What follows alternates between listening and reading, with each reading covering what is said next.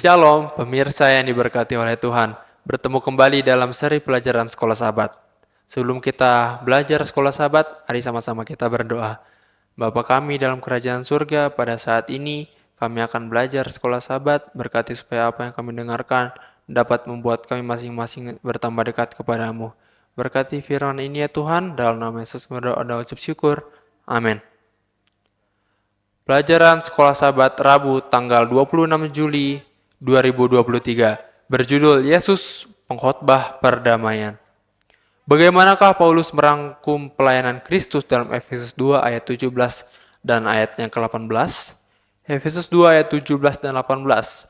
Ia datang dan memberitakan damai sejahtera kepada kamu yang jauh dan damai sejahtera kepada mereka yang dekat. Karena oleh Dia kita kedua pihak dalam satu roh beroleh jalan masuk kepada Bapa. Konsep perdamaian penting dalam Efesus. Surat yang dimulai dan diakhiri dengan berkat perdamaian dari Allah Bapa kita dan Tuhan Yesus Kristus. Awalnya dalam Efesus 2 ayat 11 sampai ayat yang ke-22, Paulus berpendapat bahwa Kristus mewujudkan kedamaian karena Dialah damai sejahtera kita dan bahwa salibnya menciptakannya. Kristus tidak hanya menghancurkan sesuatu permusuhan antara Yahudi dan bukan Yahudi. Ia menciptakan manusia baru yang ditandai dengan hubungan rekonsiliasi dan perdamaian. Kedamaian seperti itu bukan hanya tanpa konflik, tetapi bergema dalam konsep Ibrani Shalom.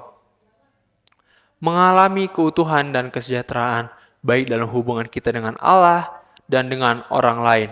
Bagaimanakah Paulus membayangkan orang percaya berpartisipasi dalam membagikan pesan perdamaian Yesus? Efesus 4 ayat yang ketiga, dan berusahalah memelihara kesatuan roh oleh ikatan damai sejahtera. Efesus 6 ayat 14 dan 15, jadi berdirilah tegap, berikat pinggangkan kebenaran dan berbaju zirahkan keadilan. Kakimu berkasutkan kerelaan untuk memberitakan Injil damai sejahtera. Bandingkan Roma 10 ayat 14 dan ayat yang ke-15 dengan Efesus 2 ayat 17 sampai 19. Roma 10 ayat 14 dan 15, tetapi bagaimana mereka dapat berseru kepadanya jika mereka tidak percaya kepada Dia? Bagaimana mereka dapat percaya kepada Dia jika mereka tidak mendengar tentang Dia? Bagaimanakah mereka mendengar tentang Dia jika tidak ada yang memberitakannya? Dan bagaimana mereka dapat memberitakannya jika mereka tidak diutus? Tetapi ada tertulis, betapa indahnya kedatangan mereka yang membawa kabar baik.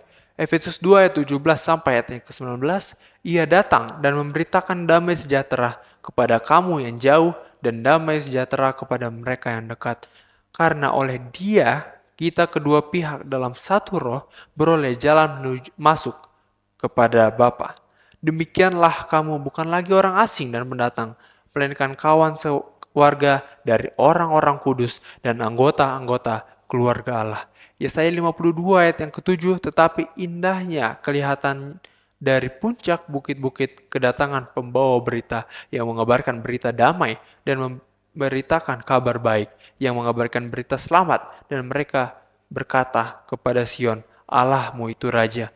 Yesaya 57 ayat yang ke-19, aku akan menciptakan puji-pujian, damai sejahtera bagi mereka yang jauh dan bagi mereka yang dekat. Firman Tuhan, aku akan menyembuhkan dia. Injil berisi contoh-contoh dari Yesus yang adalah pengkhotbah perdamaian. Dalam pesan perpisahannya kepada para murid, dia berjanji kepada mereka dan kita, damai sejahtera aku tinggalkan bagimu, damai sejahtera aku berikan kepadamu. Terdapat dalam Yohanes 14 ayat yang ke-27. Dan dia menyimpulkan semuanya itu kukatakan kepadamu, supaya kamu beroleh damai sejahtera dalam aku. Dalam dunia kamu menderita penganiayaan, tetapi kuatkanlah hatimu, aku telah mengalahkan dunia. Setelah kebangkitannya, ketika dia menampakkan diri kepada para muridnya, dia berulang kali berkata kepada mereka, damai sejahtera bagi kamu. Dalam Efesus 2 ayat 17 dan 18, Paulus bersemangat menunjukkan bahwa pemberitaan damai Kristus melewati masa pelayanannya di bumi. Dia telah mengkhotbahkan damai sejahtera di masa sekarang, baik untuk yang jauh yaitu orang percaya bukan Yahudi sebelum mereka bertobat, dan yang dekat, yaitu orang percaya Yahudi. Setelah menerima pernyataan ini, semua orang percaya mengalami berkat yang besar. Bagaimanakah kita bisa belajar menjadi pengkhotbah perdamaian yang menentang perselisihan? Untuk situasi apakah saat ini Anda dapat membantu membawa pemulihan? Kiranya Tuhan memberkati. Mari sama-sama kita bersatu dalam doa. Bapa kami dalam kerajaan surga, pada saat ini kami sudah selesai mendengarkan firman-Mu ya Tuhan. Berkati supaya apa yang kami dengarkan dan kami renungkan ini dapat membuat kami dapat menjadi lebih dekat kepadamu dan kami dapat menjadi berkat bagi orang di sekitar kami ya Tuhan. Berkati sepanjang hari ini, dalam nama Yesus kami berdoa dan ucap syukur. Amin.